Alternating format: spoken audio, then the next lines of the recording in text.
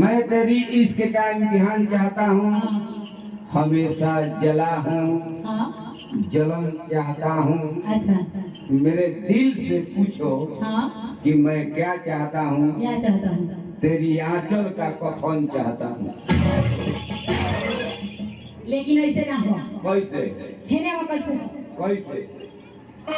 सुनो कैसे हो? अरे जब हम जानती तारा नहीं क्या बुझा तुम्हारा बुझाई तो और देखो तारा पाहुन के मुस्की आई हाँ हूँ तब का बाल साहब भाई बात अरे जब हम जानती कि सैया मिलिए करिया शंकर भगवान करिए शंकर भगवान से हमरा प्रेम होई हो तब का शंकर भगवान शंकर भगवान एगो शंकर भगवान बा, हाँ एगो शंकर भगवान बा। अरे जब हम जानती कि सैया मिलिए करिया अरे चढ़ल तिलक फेर वही थी कुमारे रही वही रे सैया चढ़ल तिलक फेर वही थी कुमारे रही वही रे सैया कुमारे रही वही रे सैया अरे हमर बात सुनो आओ का कर तू अरे नहीं हर में का कर तू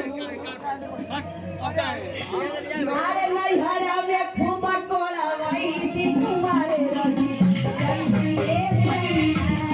नहीं हर में खूब कोड़ा वही थी तुम्हारे रही तुम्हारे रही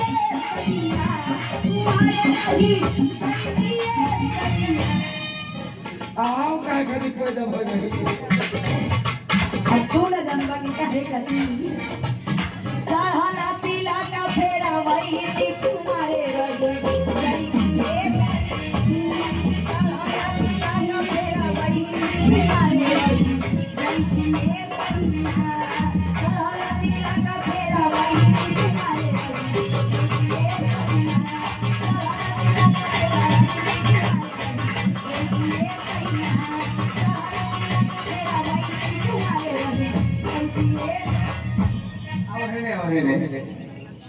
ई का गाँव दल हो इलाज का हो जब हम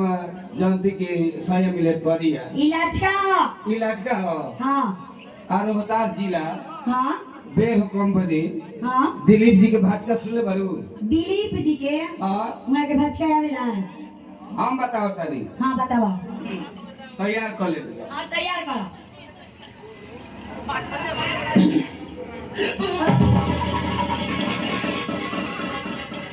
देरैनी ना ई भाते का हो काहे न रे रही अभी ससुराल के गाछ का शुरू करम नु हाँ तब पुल के नीचे हो जाएगी कैसे अरे जब हम जानती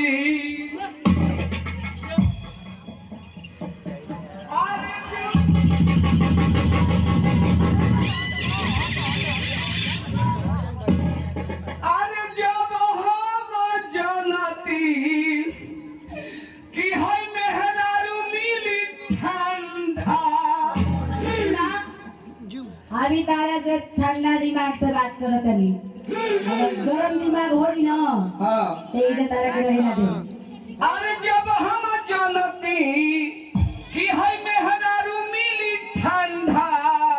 तो जाए तारू का कर दी का करतो अरे सेजिया पो का अरे सेजिया पो ले आईती अंडा गरम होई जाई तुरे राजी सेजिया पो ले आईती अंडा गरम होई जाई तुरे राजी सेजिया पो ले आईती अंडा गरम होई जाई तुरे राजी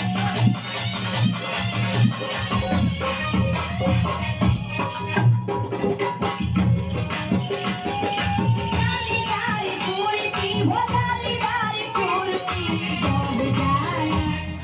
बोल Oh,